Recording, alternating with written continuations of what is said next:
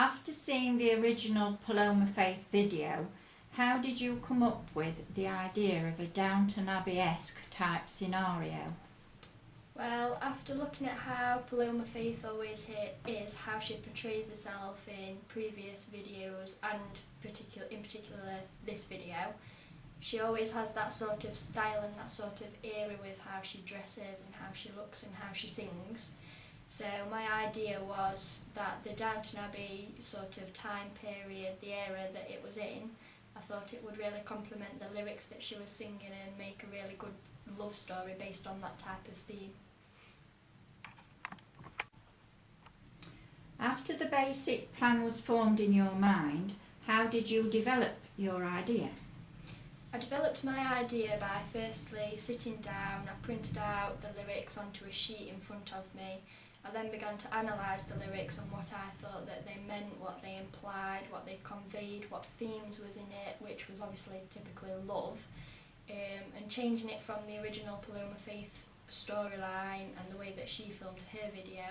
I decided to do a different take on it and turn the love into a mother-son relationship kind of love instead of your generic convention of man and woman.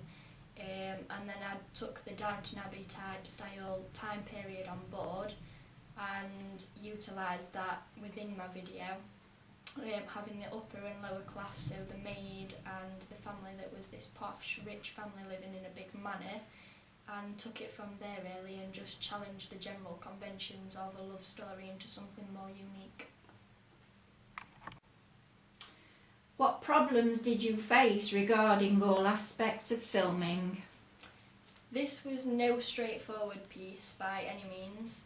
First of all, it took a lot of research, a lot of planning that went into it for me to be able to develop this storyline and actually get a clear understanding of what and how I wanted the video to go and what I wanted it to portray. My main problems that I faced was down to technology mostly. A lot of planning went into it in terms of booking the venue and the places that I filmed and getting my actors together, all my props and my costumes, all aspects like that took a lot of planning. The first time that I did this, I filmed it, I thought it had gone really well. I went to upload it so that I could edit it, and by no means of my fault, I lost all of the footage, which meant I couldn't edit, which again meant that I had to go right back to the beginning and do the whole planning process again, which was a lot of effort. I had to go in with the time slots that the location had that allowed me to use the whole place for basically a whole day. And this took a lot of effort, which I redid it again, and luckily I think it went a lot better the second time round than the first time, and I saw the first time as more of a practice piece for it. What did you particularly enjoy about the experience? From start to finish really. When I first got the project and I knew that it was a music video, I was very passionate about this. I love music and sound, so being able to put my media skills and my technical skills to something like that was a very enjoyable project for me. The research and planning everyone sort of sees as a bore really. They get a bit bored, they get a bit bogged down with it, and they lose all inspiration for it really, whereas I took the research and planning completely on board. I ran with the storyline. I thrived off the fact I had to organise all my actors and my locations and get my costumes and props together. I really put my all into it. And during the filming process, the fact that everybody was there and everybody was together and I'd done that myself made me feel really good about it. I got some really good shots whilst I was out there. A lot of unique shots which I'd not tried before as well. I tried in the video and they've really pulled off, which has given me a lot more inspiration for other work that I'll do. And then the editing process, the end of it, when you put your final footage to the music and you match it up and you match the music up, it really does give me some excitement. And then the audience feedback really, letting everybody see the finished article, the finished project and what it looks like, and getting really positive feedback about it. Was just brilliant really. When planning this video, what was your basic aims regarding audience views? I knew the artist and I knew her style of music when I first started out, so I knew what I was taking on board. Now obviously she has a very wide fan base, so I knew the primary fan base that I was aiming at. However, I wanted to market it more to a mass audience, so different people from different cultures and different ages can take it on board and watch it and perceive their own views and meanings from it. The love story and the meanings that I created as a text producer meant that that's the way that I perceived it, whereas I let the general audience work out meanings for themselves depending on cultural codes. This sort of referred to the uses and gratifications theory, where audiences can perceive their own meanings and work out who they want people to be within the production and what they think things mean and what it might mean and what it might imply. When filming, how did you plan camera angles and props, etc., to be significant to the lyrics and narrative? Well, first of all, I think planning is an essential process when it comes to the camera angles and the props that you're going to use. So I did all my storyboarding and I even created my own music video scripts, which allowed me to take line by line and the amount of time and seconds that I had to produce what I wanted to portray, and it allowed me to break down the mise-en-scène sort of aspects, so the props and the costume and the camera angles and how I wanted to do it. The props were directly linked to the lyrics, so how I wanted the actors in the video to portray what kind of character, and then the props kind of went hand in hand with the camera angles. So for example, I had one girl, a young girl, who was seen as the maid.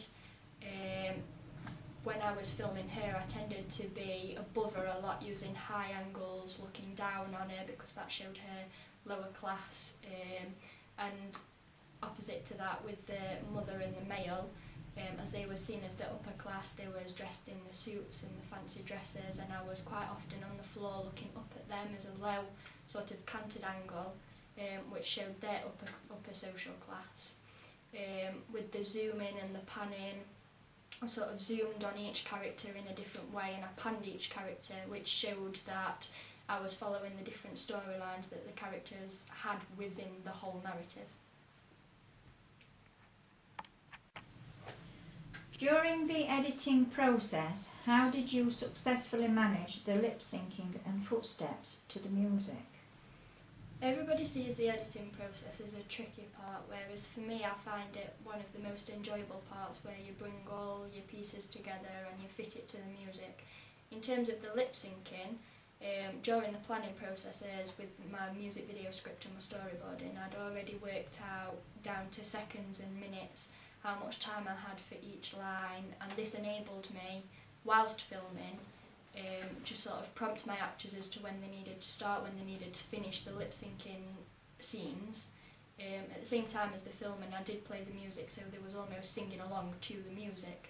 This meant that when I put it into the editing software, I could listen to the track of the music that I'd put on and the actual sound that was created with the filming, so that I could match exactly when she started her lyrics to the track, and when she ended them. That meant that gave me the best possible opportunity to match it up correctly.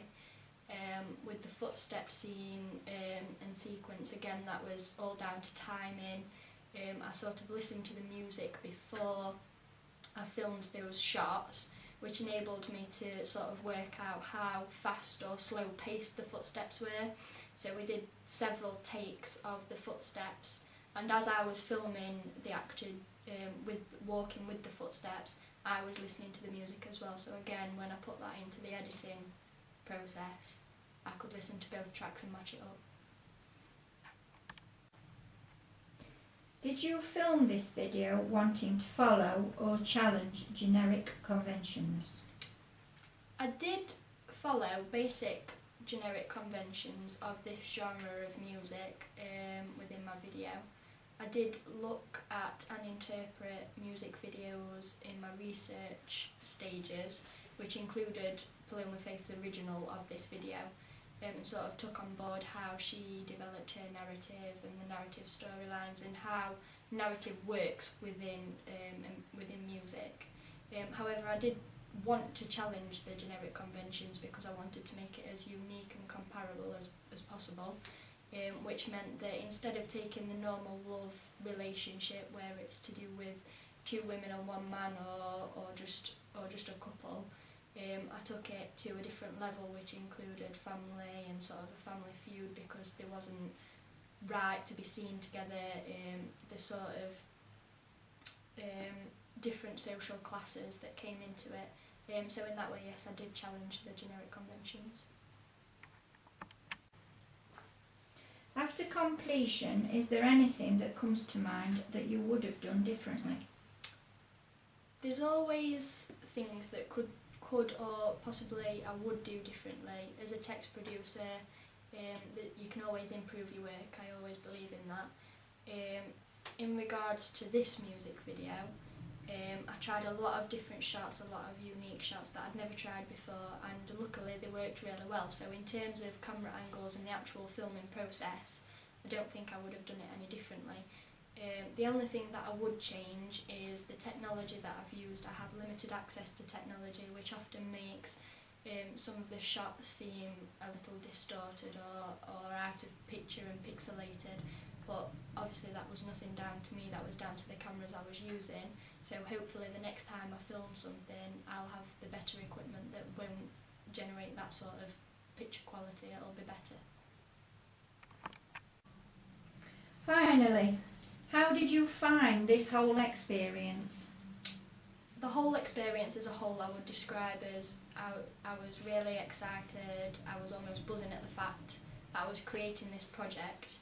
There was times where you have your down moments, but that happens with everything, such as the research and planning processes are really long and drawn out, and you can really sort of lose sight of what you're doing when it comes to those sort of stages. The fact that I'd lost a lot of media footage and have to redo the whole thing again was basically draining, both mentally and physically. However, as this was a music video project, I was really excited about it. I got to use all my creative skills together, and I never lost sight of the end product. The project was always really exciting for me to do. Whenever I filmed new parts, when I had the initial storyline, was probably the best moment for me, because I knew that that's what I wanted to do, and I saw in my mind's eye how I wanted it to be created. And when the end product came, and it had all been edited together, it was exactly how I wanted it to be.